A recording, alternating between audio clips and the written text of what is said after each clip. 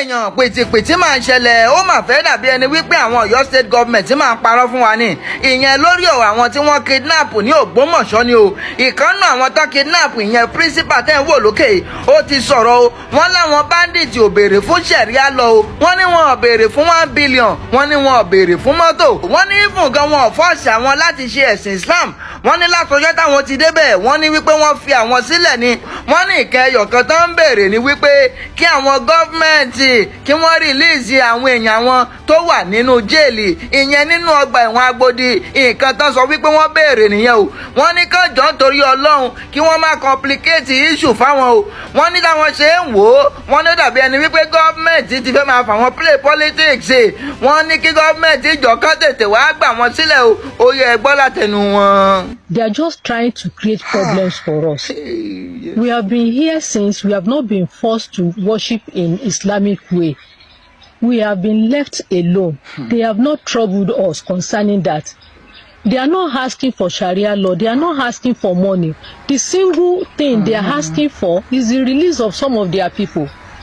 I don't know why they are peddling this rumor to make it complicated for us. Please, we are just begging you.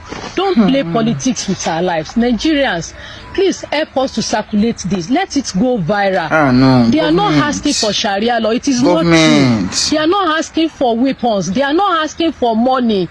All they want is the release of some people. And the government will negotiate with them and know those that they will release for them. I don't know why they are playing politics with our lives. Please, Nigerians, our lives are in your hands. Help us make this go viral. Don't let the government deceive the whole world. Àbí ṣé woman yà máa sọ ìsọkúsọ ṣe báwọn terrorists ni wọ́n ṣà set camera fún woman yìí wípé kí wọ́n clarify ẹ̀ wọ́n aláṣàgbọ́n kan tí woman yẹn sọ pé àwọn terrorists yẹn rí nínú print media wípé ọ̀tọ̀ nìkan táwọn béèrè fún ọ̀tọ̀ nìkan táwọn rí ṣe pé àwọn terrorists kan ti ń ṣọ́ọ̀kì lórí ọ̀rọ̀ gọ́ọ̀mẹ̀ntì kí ló dé tẹ́ ẹ fi kún nǹkan tí wọ́n béèrè lọ́wọ́ yín ṣé ẹ fẹ́ yọ àwọn ará bí ni ẹjọ́ kí lẹ̀ ń gẹ̀ẹ́nì nínú kínní náà what exactly are you gaining in this?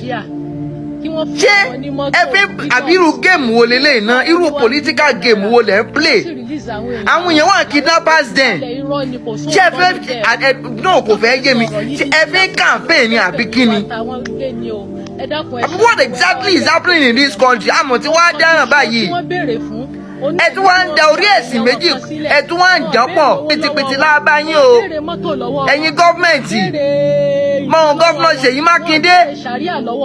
Ṣé torí pé ẹ fẹ́ ṣe president lẹ fi ń dán ogun ilé wò? Àbí I don't get àbí àwọn terrorists, àwọn náà sẹ́ẹ̀tì kámẹ́rà fún woman yẹn náà. Ṣé gọ́ọ̀mẹ̀ntì fi ń kun ni àbí ẹ̀yin èèyàn ọ̀rọ̀ ti fẹ́ máa dàrú?